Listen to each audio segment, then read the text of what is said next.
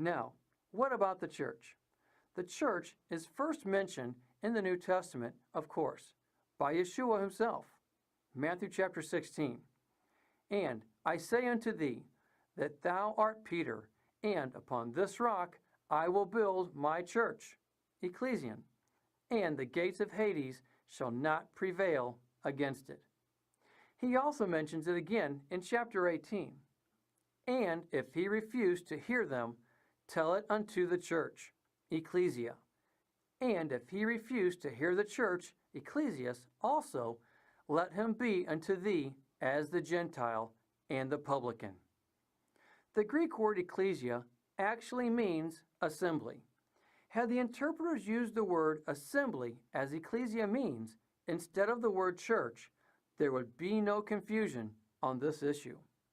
We encourage you to look up the word assembly in the Old Testament. You'll find it's referring to the church of the Old Testament. Compare even Stephen's referral to Moses in Acts.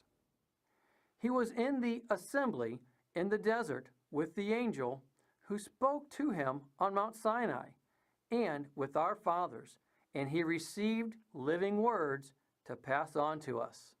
The word for assembly here is ekklesia. That's right, the exact same word used for church throughout the rest of the New Testament. Why didn't the translators make this ekklesia say church like all the other ones in the New Testament?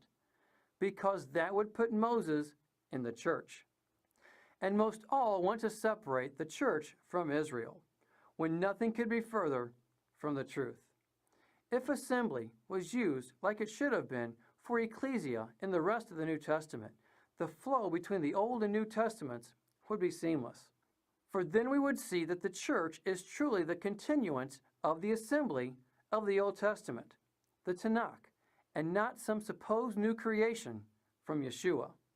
Even the Septuagint, which was the Greek translation of the Tanakh, again, the Old Testament, actually uses ekklesia for assembly throughout the translation.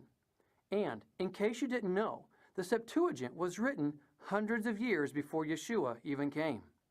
What does this mean? It means that ekklesia was understood by all in the first century to be the assembly of Israel. That there are 12 gates, all for the 12 tribes. Revelation 21. It had a great high wall with 12 gates, and with 12 angels at the gates. On the gates were written the names of the 12 tribes of Israel. We must take note that there is not a gate for the Gentile church. Meaning what? We are grafted in to Israel.